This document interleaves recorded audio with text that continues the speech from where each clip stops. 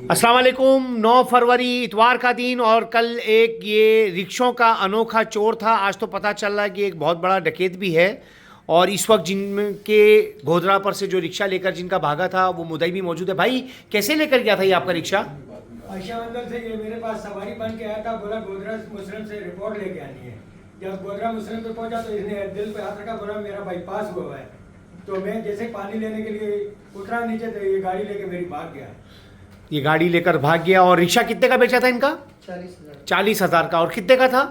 कम से कम 1,80,000 रुपये का रिक्शा, यानी 2 लाख रुपए का रिक्शा 40,000 में बेच दिया, इनको बेरोजगार कर दिया। अब ये क्या करेंगे आप ही हमें बताएं। न्यू कराची इंडस्ट्रियल एरिया का एक बड़ा काम ये था कि पता नहीं कितने रिक्शे चोरी करके लोगों को बेरोजगार बनाता। अल्हम्दुलिल्लाह पुलिस की हिरासत में है और बहुत जल्द अपने कैफर अंजाम तक पहुंचेगा। वो भी है ना। जी जी सर, ये एफआईआर है। ये दूसरी एफआईआर है थाना सचल की।